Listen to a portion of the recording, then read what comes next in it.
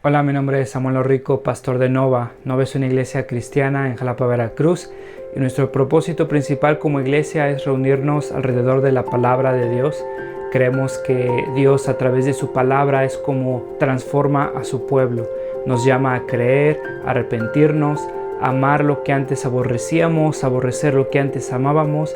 Y entonces, antes de empezar con esta prédica, déjame recordarte un par de cosas. El propósito principal para subir estas predicaciones en línea es para aquellos comprometidos con una iglesia local que no pudieron asistir por cualquier razón a su iglesia este domingo. Estas predicaciones son un recurso para nosotros, para poder crecer, para poder escuchar la palabra de Dios. Sin embargo, creemos que un cristiano no puede existir sin una iglesia. Creemos que el contexto bíblico en el cual el cristiano crece y se sustenta como cristiano por la gracia de Dios es a través de su iglesia local, sometiéndose a un liderazgo local, amándose unos a otros, sirviéndose unos a otros, perdonándose unos a otros. Un cristiano no puede vivir su vida cristiana simplemente consumiendo predicaciones en una pantalla de su televisión, de su computadora. Entonces te animamos a comprometerte con una iglesia local. Si no pudiste asistir a una iglesia este domingo, nos da gusto que estés viendo este video. Disfrútalo, nuestra oración es que te sea de bendición. Sin embargo, si no te has comprometido con una iglesia local, mi oración es que puedas comprender que el amor de Dios se refleja en medio de su pueblo, mostrándose en la iglesia local. Nuestra oración es que Dios siga transformando nuestro país, que el Evangelio siga siendo proclamado, que la sana doctrina siga expandiéndose en nuestras iglesias y cada vez más cristianos podamos adorar a ese Dios soberano que nos ha mostrado su gracia a través de Cristo a pesar de lo que somos. Buenas tardes a todos. Quisiera compartirles algo muy breve, porque en la línea del tiempo Samuel ha sido parte fundamental de lo que Dios ha hecho en nuestro ministerio y en Familia de Fe. Y aunque yo sé que Samuel es demasiado humilde, yo quisiera compartirles un poco que en mayo del 2017, se hace ya 8 años, yo fui evaluado por la red de Acts 29 y uno de mis evaluadores fue precisamente Samuel. Y siempre cuento que la evaluación de Acts 29 ha sido una de las cosas que más ha bendecido mi vida y mi ministerio. Pero algo que me tiene muy marcado fue la crueldad de Samuel al evaluarme, al confrontarme. Sin embargo, 8 años después y también como evaluando a otros pastores, entiendo que el corazón de ellos siempre fue tener un ministerio saludable para poder plantar una iglesia sana. Después de eso, me asignaron como coach a Samuel y Samuel me acompañó los primeros años de la plantación de nuestra iglesia, que este junio cumplió 7 años de haber sido plantada y el Señor nos ha bendecido mucho. Por lo tanto, estoy profundamente agradecido por lo que Samuel y esta iglesia pudo sembrar en nuestra iglesia. Entonces, con esa introducción yo quiero animarles y quiero que sepan que lo que esta iglesia está haciendo rebasa las fronteras y los límites de lo que puede estar sucediendo solo en este lugar y aún en esta ciudad. Dios está usando esta iglesia para bendecir a otras ciudades y a otras naciones y damos gracias a Dios por eso. Amén.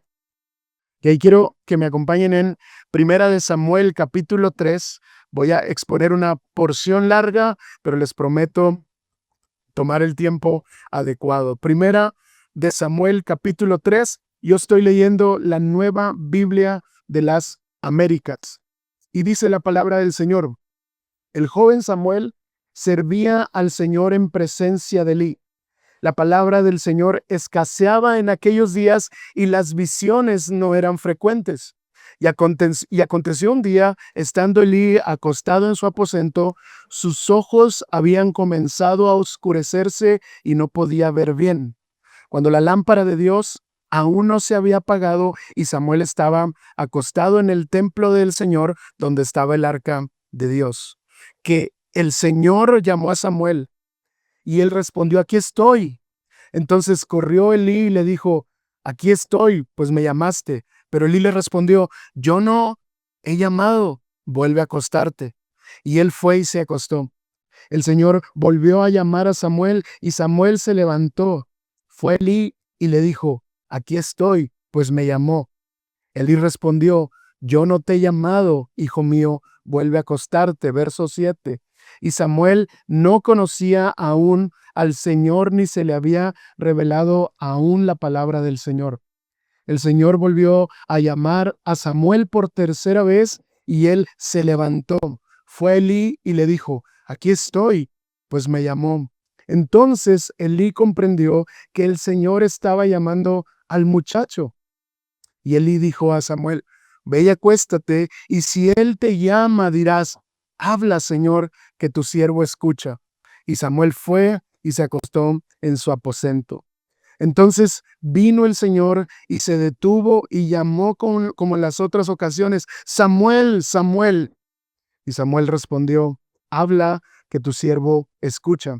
Y el Señor dijo a Samuel, estoy a punto de hacer una cosa en Israel, la cual hará retumbar ambos oídos a todo aquel que la oiga. Ese día cumpliré contra Elí todo lo que he hablado sobre su casa, desde el principio hasta el fin, porque le he hecho saber que estoy a punto de juzgar su casa para siempre, a causa de la iniquidad de la cual él sabía. Pues sus hijos trajeron sobre sí una maldición y él no los reprendió. Por tanto, he jurado a la casa de Elí que la iniquidad de su casa no será expiada jamás, ni con sacrificio, ni con ofrenda. Verso 15. Samuel se acostó hasta la mañana. Entonces abrió las puertas de la casa del Señor, pero Samuel temía contar la visión a Elí. Así que Elí llamó a Samuel y le dijo, Samuel, hijo mío. Aquí estoy, respondió Samuel. Y Elí dijo, ¿cuál es la palabra que el Señor te habló? Te ruego que no me ocultes. Así te haga Dios y aún más si me ocultas algo de todas las palabras que Él te habló. Entonces Samuel se lo contó todo sin ocultarle nada. Y Elí dijo, Él es el Señor, que haga lo que bien le parezca. Samuel creció y el Señor estaba con él y no dejó sin cumplimiento ninguna de sus palabras. Y todo Israel, desde Dan hasta Beerseba, supo que Samuel había sido confirmado como profeta del Señor. Y el Señor se volvió a aparecer en Silo, porque el Señor se revelaba a Samuel en Silo por la palabra del Señor. Capítulo 4, la primera parte del verso 1. La palabra de Samuel llegaba a todo Israel. Hermanos, permítanme orar. Amado Padre, en esta tarde te ruego que bendigas tu palabra, Señor. Que mientras la palabra está siendo expuesta, pueda ser sembrada en la mente y en los corazones de mis hermanos.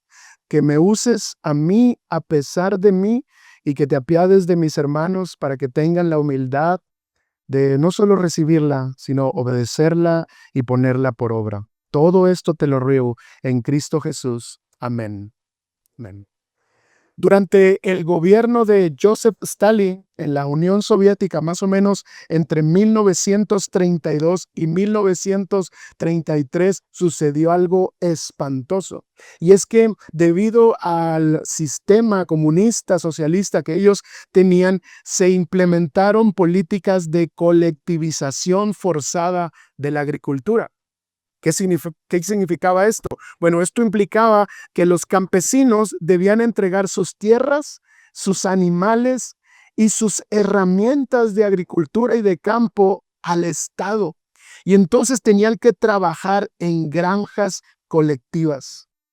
A medida que se intensificaban las requisiciones de parte del Estado del grano y los productos agrícolas, lo que sucedió es que se produjo una escasez de alimentos tremenda. El Estado empezó a bloquear la entrada y la salida de la comida en las zonas afectadas y empezó a prohibir que los campesinos migraran a otros lugares en busca de alimento. ¿Cuáles fueron las consecuencias de estas políticas? Bueno, se estima que entre 3 y 5 millones de personas murieron de hambre en Ucrania debido a esta escasez de alimento. De hecho, ahora mismo tú puedes buscar cómo se ha documentado canibalismo durante esa temporada. Personas comiendo a otras personas porque estaban muriendo de hambre. Niños abandonados y aldeas enteras desaparecieron debido a la hambruna. ¿Qué tiene que ver esta historia con mi texto? Bueno, nosotros tenemos frente a nosotros algo mucho más terrible que la escasez de alimento físico. Y es que nos cuenta Samuel que hubo un momento en el pueblo y en la historia de Israel que la palabra de Dios escaseaba. Debido a la desensibilización del pueblo, de aquellos que se suponían administraban los misterios de Dios, ellos desobedecieron a Dios y se ensordecieron ante la palabra de Él. Hermanos, ¿qué puede ser más terrible que la hambruna física? Hay algo peor, y es la falta o la escasez de la palabra de Dios en medio de su pueblo. Hay algo peor que la hambruna física, y es que la palabra del Señor no esté obrando, no esté siendo escuchada, no esté transformando vidas. Hermanos, la falta de alimento físico puede matar el cuerpo, pero la falta del alimento espiritual seca el espíritu y hasta puede hacer que un alma se pierda. Por lo tanto, lo que yo te quiero compartir con urgencia a través de este pasaje es lo siguiente. Este va a ser el argumento que puedes estar recordando durante mi sermón. Dios anhela un pueblo que escuche, obedezca y proclame su palabra con fidelidad. Lo repito, Dios anhela un pueblo que escuche, obedezca y proclame su palabra con fidelidad. El sermón lo dividí en 3 puntos. Y mi primer punto está en el versículo 1 al versículo 14 y lo titulé de la siguiente manera: la palabra debe ser escuchada con reverencia. Y nos está contando es Samuel, que Samuel era muy joven cuando servía al Señor en el templo. Y la verdad es que la palabra joven es muy ambigua en el Antiguo Testamento. Se puede referir a un niño de 12 años como a un joven de 20 años. En realidad no sabemos qué edad tenía Samuel y si era tan pequeño como muchas veces se nos ha contado, pero eso no es lo relevante del texto. Lo relevante es que Samuel tenía un corazón para servir al Señor desde muy pequeño. Él atendía los quehaceres del templo. Sin embargo, a pesar de eso, a pesar de que el templo estaba funcionando o el santuario en ese momento estaba funcionando de manera regular, se sacrificaba, tenía su sacerdote, el sacerdocio estaba obrando, aún así nos dice el texto en el versículo 1 que la palabra del Señor escaseaba en aquellos días. Los profetas ya no estaban recibiendo visiones para proclamar el mensaje que Dios tenía para ellos. Y lo que sucede es que aparentemente hay un templo que vive religiosamente bien, pero está seco y está vacío. Porque Dios no está hablando. ¿Qué sucedía? Los líderes espirituales, el sacerdote, tanto Elí como sus hijos, estaban viviendo una vida en desacuerdo de la palabra de Dios, una vida desobediente a Dios. Y lo que nos muestra Samuel, no solo en este pasaje, sino en el capítulo 14, verso 37 y en el capítulo 28, verso 6, es que cuando hay desobediencia a Dios, Dios simplemente no se revelaba. Dios no hablaba a su pueblo. Entonces era una tragedia, porque el pueblo de Dios realmente no tenía la palabra de Dios. Pero el Señor, en su misericordia, vio a Samuel como un instrumento limpio que él podía usar.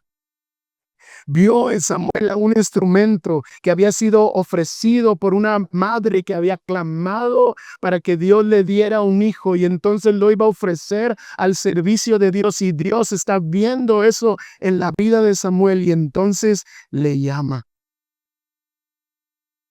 Hay una anotación aquí importante.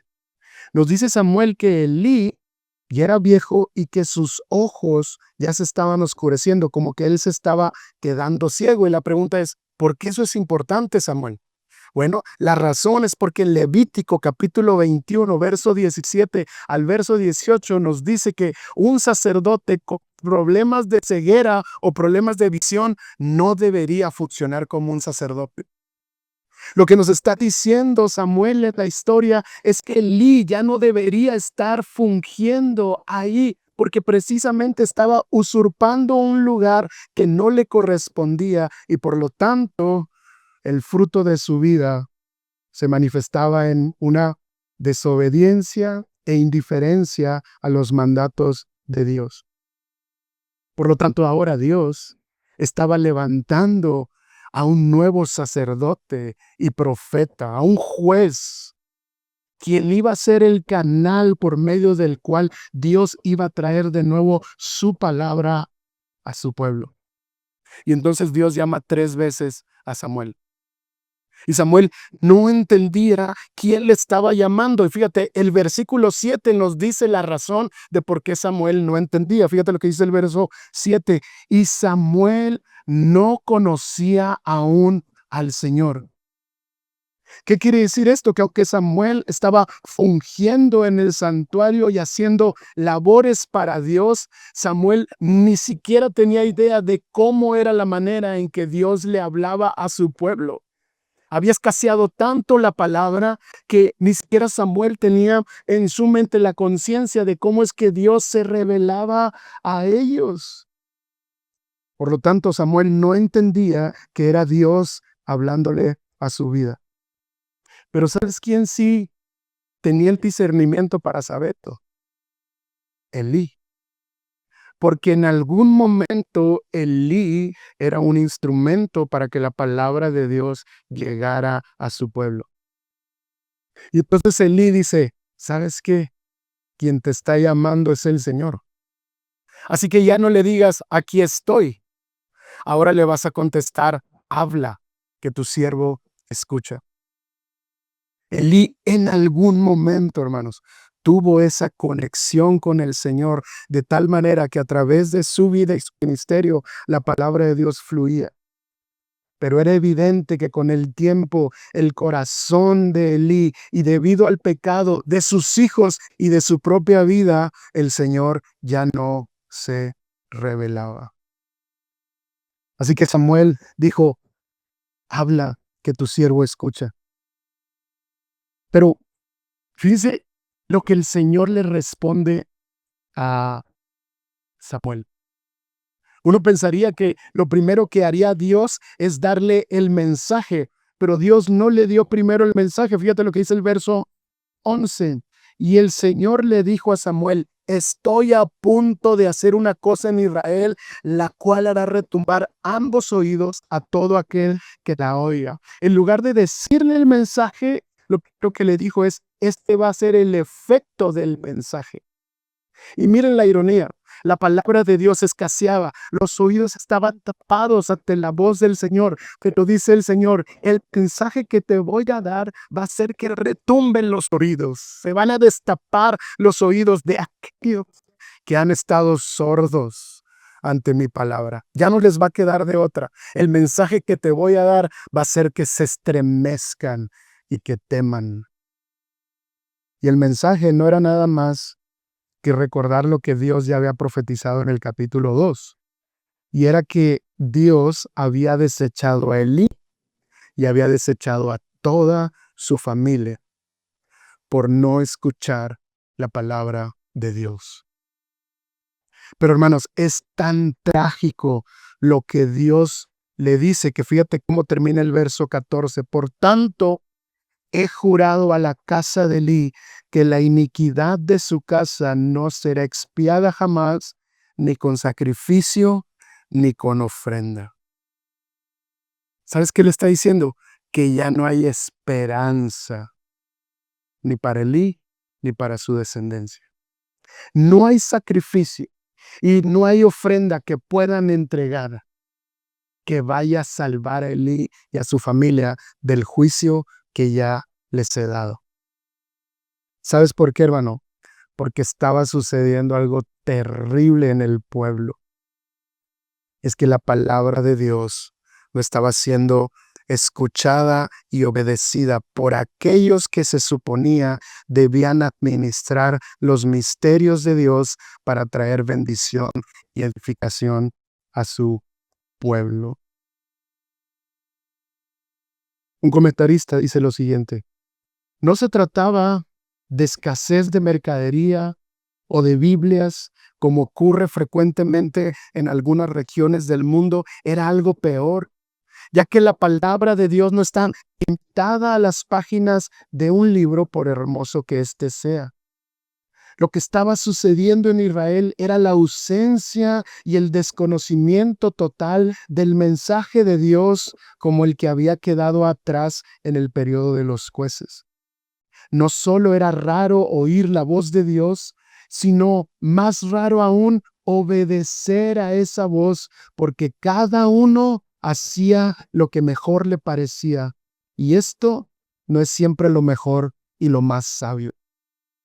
Tampoco había una visión manifiesta de la palabra del Señor. Y termina diciendo el comentarista, era una crisis total. Mientras yo pensaba en esto, yo decía, Señor, líbranos de estar en una crisis como esta. Líbranos de estar en una crisis donde la palabra de Dios esté escaseando en nuestra vida, en nuestra casa, en nuestra iglesia y en el contexto donde quiera que estemos. Pero hay una triste realidad. Y es que la escasez de la palabra es una realidad no solo en el mundo, sino en nuestras iglesias cristianas. Hermanos, la crisis de la escasez de la palabra no empieza en el pueblo, empieza en el liderazgo. Y cuando el liderazgo no está proclamando el evangelio de Cristo, no está abriendo la palabra para exponerla fielmente, la consecuencia es que con el tiempo la palabra va a ir escaseando en su pueblo. Y las consecuencias de eso son terribles para la sociedad, porque la sociedad no lee la Biblia. Dice Spurgeon, la sociedad lee a los cristianos. Y cuando los cristianos están vacíos de la palabra de Dios, entonces no hay esperanza para ellos tampoco. Recuerdo que un misionero, amigo mío, que está en Indonesia, lo invitaron a predicar a una iglesia muy grande en Monterrey. Una iglesia obviamente que no es sana. Y mi amigo el misionero, al estar viviendo en Indonesia y ver que lo único que puede salvar a las personas es la palabra de Dios, él estaba preparando durante una semana entera un estudio del primer libro de Timoteo para enseñarle a la iglesia. ¿Cuál fue la sorpresa? Que el pastor le llama y le dice, oye, ¿sabes qué? ¿Qué es lo que vas a estar enseñando durante esta semana? Y el misionero le empieza a contar muy contento, mira, estoy preparando una serie así. Y el pastor le dice, no, aquí ya tenemos mucha Biblia. Lo que nosotros queremos es que vengas y nos cuentes tu testimonio, que vengas y nos hables de las maravillas que Dios está haciendo en Indonesia. Y les estoy hablando, hermanos, de una iglesia de 1,500 personas que evidentemente no quieren la palabra de Dios. Quieren el sensacionalismo del cristianismo, quieren las experiencias espirituales que el cristianismo puede producir, pero no quieren la palabra de Dios. Y aquí yo quisiera hacer una aplicación para los líderes de esta congregación. Pastores, predicadores, maestros de escuelas bíblicas, todos aquellos que estén enseñando en algún contexto, te pregunto, ¿cómo te estás exponiendo a la palabra de Dios para escucharla con reverencia? ¿Qué es lo que haces en el día a día para escuchar la voz de Dios, alimentar tu alma y tus pensamientos, y que entonces el mensaje que fluya de ti sea el mensaje de Dios y no tu propio mensaje? Muchas veces como predicadores, y lo digo con vergüenza, muchas veces como predicadores nos exponemos a la palabra solamente para prepararnos para el siguiente mensaje, pero no tenemos una vida devocional en donde estemos escuchando la voz de Dios a través de la revelación escrita, para que nuestra vida también sea transformada, para alimentarnos por la necesidad de su gracia que requerimos día a día. Líderes, ¿cómo están escuchando la palabra de Dios con reverencia? ¿Es una realidad para ti? ¿O crees que solo es una realidad para el pueblo que le predicas? Ahora bien, hermanos, iglesia en general, ¿de qué maneras prácticas tú te expones para escuchar la palabra? ¿Cuáles son aquellos medios de gracia que Dios mismo ha establecido para que la palabra de Dios sea escuchada por su pueblo? Bueno, te voy a dar algunas. Número 1, necesitas congregarte fielmente. Hermanos, congregarse es mucho más que asistir un domingo a un edificio con otras personas. Congregarse es el contexto donde Dios está diciendo: yo quiero hablar a tu vida, quiero hablar a tu corazón, quiero transformarte con el poder de mi palabra. Cuando el pastor o el predicador abre la Biblia, no es él hablando, es Dios hablando a tu vida. Por lo tanto, congregarse se convierte en una parte esencial de la vida cristiana. No puedes tomarlo simplemente como algo que debe hacer un cristiano, sino como una necesidad urgente de tu alma para escuchar a Dios hablarte. Esta es una de las pocas oportunidades que tienes durante toda tu semana para escuchar a Dios. Durante la semana también abres la Biblia, escuchas a Dios a través de las páginas y los textos de este libro, o no tienes una vida devocional. Hermano, busca intencionalmente escuchar la palabra de Dios. Y cuando la escuches, no lo hagas simplemente con indiferencia. Cuando lo escuches, entiende la realidad de que Cristo está hablando a tu corazón. Dice Mac Weber, la palabra debe ser escuchada con reverencia, con humildad y con un corazón receptivo. Una vida dispuesta. Señor, quiero escuchar tu voz a través de la palabra, a través del sermón, y quiero que cambies mi vida. Ahora bien, la razón por la que Dios dejó de hablar al pueblo es porque el pecado había endurecido tanto a los líderes que Dios ya no tenía un instrumento para hablar. Por lo tanto, hermanos, el pecado también va a endurecer a tu corazón para no escuchar la palabra de Dios. Y yo quiero preguntarte, ¿cuáles son aquellos pecados que te están impidiendo escuchar la voz del Señor? ¿Orgullo? No, yo ya no necesito escuchar otro sermón, yo ya no necesito escuchar a mi pastor, yo ya no necesito, yo ya lo sé todo. Soberbia, negligencia o pereza, ¿sí? El pecado ha endurecido tanto tu corazón que te olvidas de la necesidad de abrir la escritura para seguir creciendo en santificación. Impaciencia, hoy otra vez tener que leer, otra vez tenés que escuchar. ¿Qué pecados, hermanos, están impidiendo que escuches la palabra del Señor? Hermanos, arrepiéntanse. Si han pecado de alguna manera, arrepiéntanse, porque la palabra de Dios debe ser escuchada con reverencia, con humildad y con un corazón dispuesto a ser conformado cada día más a la imagen de nuestro Señor Jesucristo.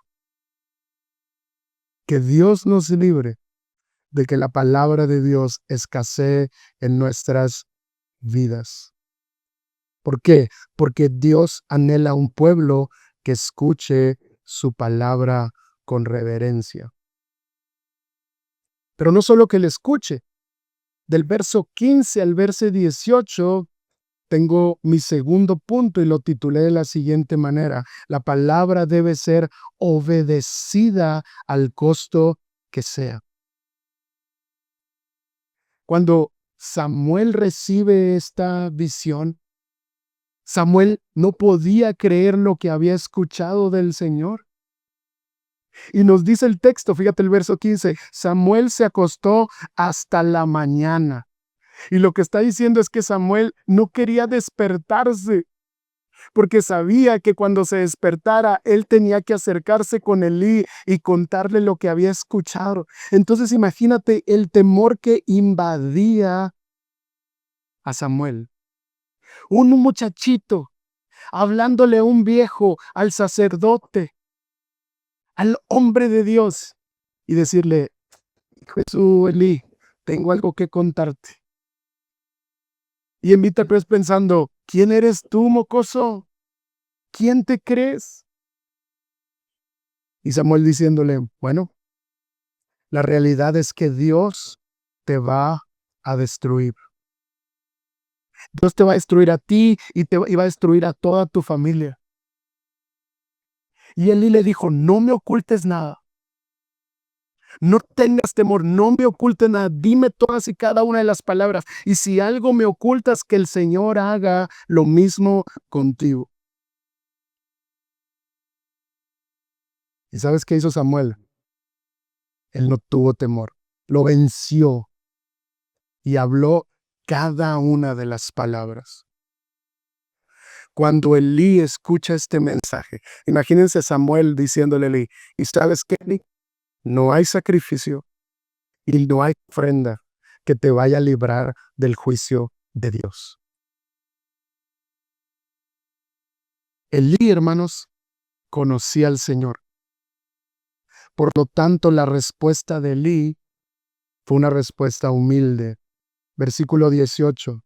Entonces Samuel se lo contó todo sin ocultarle nada. Y Elí le dijo, Él es el Señor, que haga lo que bien le parezca. Elí sabía que su desobediencia a la palabra de Dios le hacía merecer el juicio y el castigo del Dios Todopoderoso, del Soberano. Y yo quiero, hermanos, que veamos aquí claramente en esta escena a dos personajes que parece que aman a Dios, que conocen a Dios, pero han tenido una actitud distinta ante la palabra recibida. Por un lado, vemos a Samuel, muy joven, recibiendo una revelación tremenda en significado, pero también terrible que debía comunicar. Samuel pudo haberse acobardado. Samuel pudo haber dicho, Señor, no, yo no estoy listo para dar ese mensaje. Pero no, lo que hizo Samuel es escuchar atentamente a Dios, escuchar con reverencia a Dios y obedecer a Dios al compartir esta palabra por compleja que fuera. Pero por otro lado tenemos al otro personaje, a Elí, un juez, sacerdote de Israel, que se suponía conocía la palabra de Dios con más profundidad, que se suponía que era quien debía comunicar el mensaje de Dios a un pueblo, que debía traer luz al pueblo de Dios. Pero ¿qué pasó con él? No obedeció a Dios. Elí no escuchó a Dios y Elí no hizo lo que tenía que hacer, de reprender a sus hijos y de quitarlos del sacerdocio a causa de su pecado. Y la pregunta para nosotros, hermanos, ¿con cuál de estos dos personajes te identificas? ¿Con cuál de estos dos personajes te identificas? Sé honesto. Puedes ser honesto con el Señor. Porque, hermanos, no solo se trata de ser oidores, como dice Santiago, sino hacedores. No solo se trata de decir, ¡ay, qué bonito sermón!, sino de poner en práctica la palabra que recibes. Hermano, te pregunto, ¿qué haces con la palabra que recibes domingo a domingo desde este púlpito? Dices amén, dices gloria a Dios. Sales de aquí emocionado, con un montón de conocimiento teológico, pero realmente ese mensaje está transformando tu vida. ¿Qué haces con la palabra que recibes, hermano, domingo a domingo? ¿Qué haces con la palabra que recibes en tu devocional? Cuando estudias la Escritura, ¿qué haces con esta información que estás adquiriendo? Pregunta, ¿qué tanto la estás aplicando? Porque la verdadera transformación del Evangelio, hermanos, no viene solo al escuchar la palabra, sino al obedecerla al costo que sea. Es decirle, Señor, me cuesta hacer lo que el pastor me está diciendo. Me cuesta creer lo que me estás diciendo a través de la Escritura, pero te voy a obedecer. Tengo 4 hijos. Todos son distintos. Y entre más hijos tiene uno, más se da dando cuenta que esa jungla tiene ahí algo de interesante, ¿no? Y uno los está observando así como para adquirir mejor conocimiento. Pero yo tengo a 2 personajes en mi casa. Está Matías, que es el segundo. Él es más introvertido.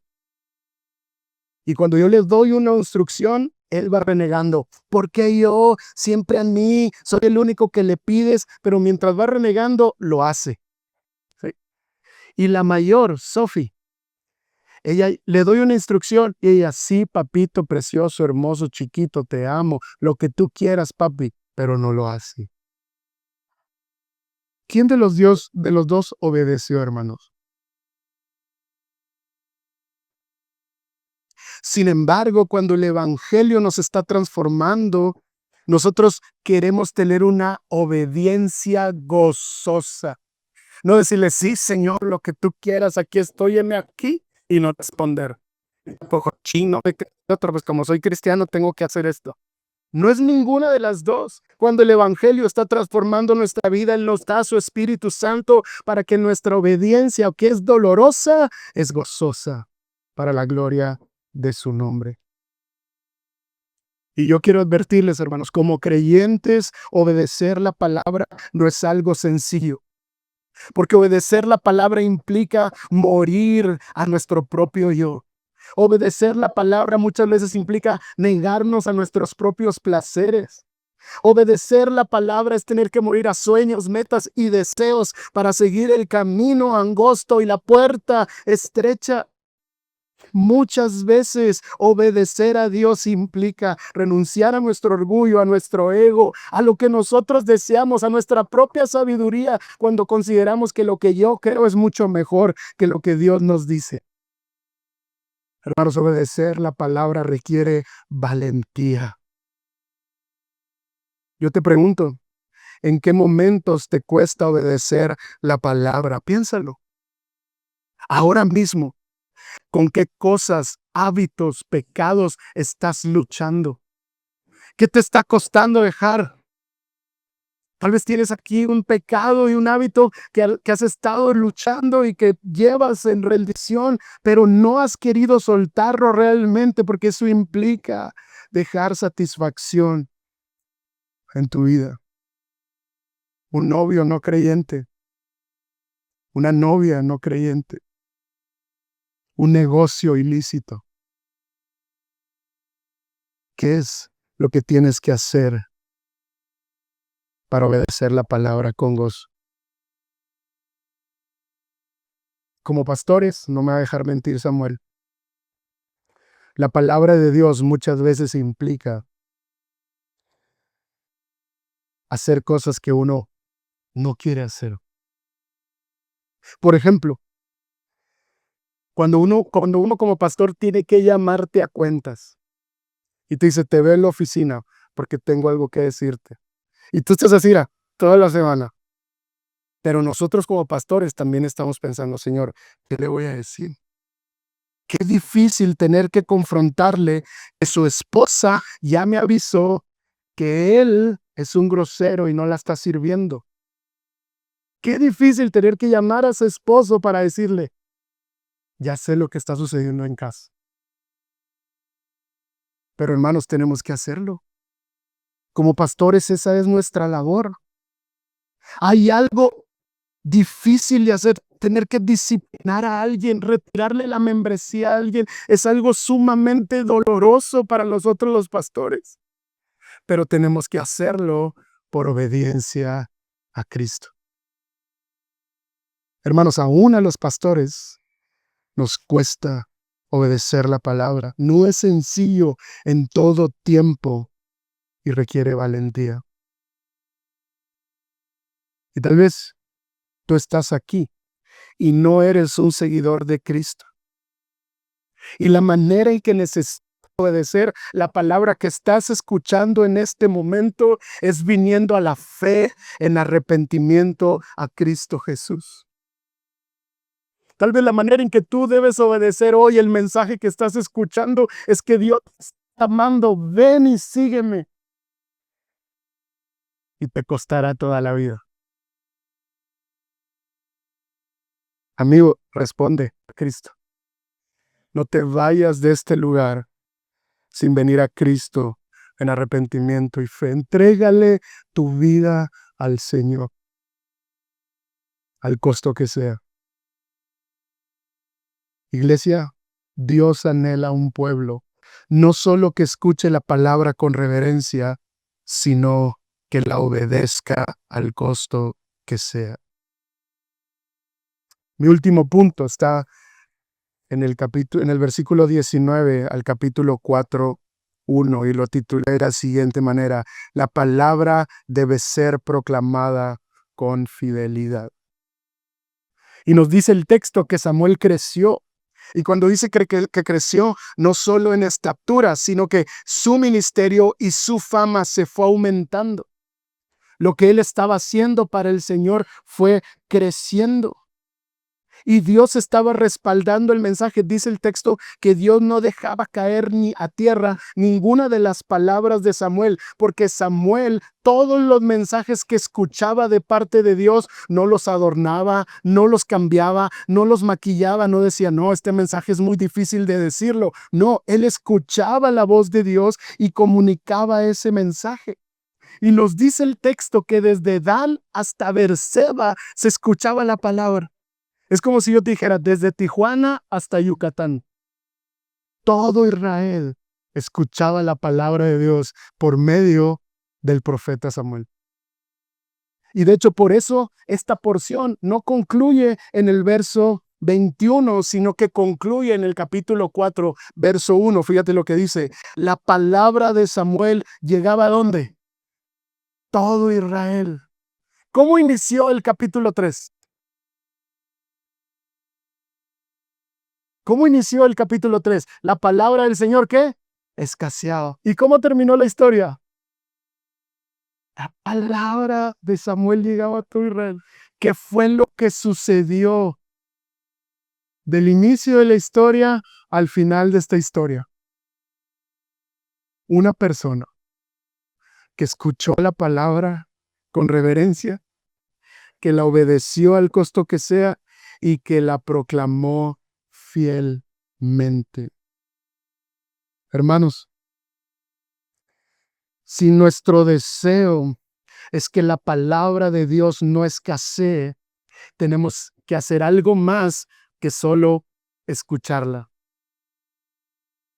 Y es que necesitamos proclamarla con fidelidad. De poco aprovecharía para nuestra alma y para la extensión del reino de Dios si te conviertes solo en un recipiente que está tomando la palabra pero no está haciendo nada con ella. De poco aprovecharía para tu alma, para la iglesia donde Dios te plantó y para la sociedad en la que estás, que la palabra de Dios no sea proclamada a través de tu voz. No te puedes conformar solo con el estudio de la palabra. Tienes que ir más allá. De hecho, esa fue la encomienda de nuestro Señor Jesucristo cuando Él se les aparece a sus discípulos en Mateo capítulo 28, del 18 al 20, les dice, vayan y prediquen el Evangelio. Luego en Marcos capítulo 16 volvemos a escuchar esta encomienda, vayan por todo el mundo y prediquen el Evangelio. Después de eso, en Hechos capítulo 1, Jesucristo se le aparece a sus discípulos y les dice, y vendrá sobre vosotros el Espíritu Santo y me serán testigos. Ustedes irán por todo el mundo compartiendo el mensaje del Evangelio.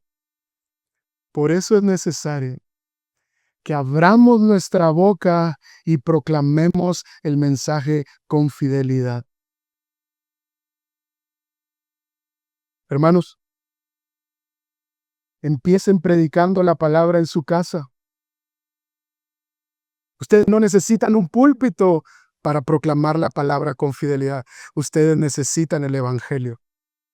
Ustedes necesitan al Espíritu Santo y Dios ya se los ha dado.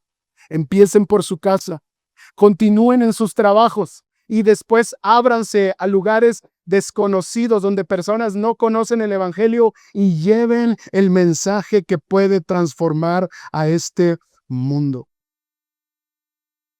Dios anhela un pueblo que proclame su palabra con fidelidad. Y concluyo con esto. Más adelante en la historia de Israel, hubo un famoso silencio de 400 años. Y este silencio se refiere al periodo entre el final del Antiguo Testamento y el inicio del Nuevo Testamento, más o menos como 430 años antes de Cristo y el siglo I después de Cristo en el nacimiento de Jesús. ¿Por qué se le llama silencio? Bueno, se le llama así porque durante esos siglos no hubo profetas reconocidos. Tampoco se registran libros inspirados. Y Dios no habló directamente a los profetas como lo había hecho antes. ¿Qué sucedió durante ese silencio? Hubo un caos de parte del pueblo de Dios. Un pueblo que vivía sin esperanza.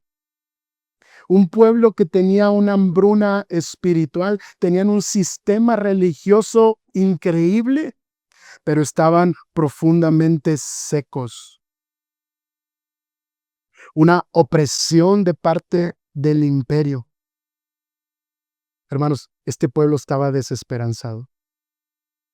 ¿Y saben qué hizo Dios?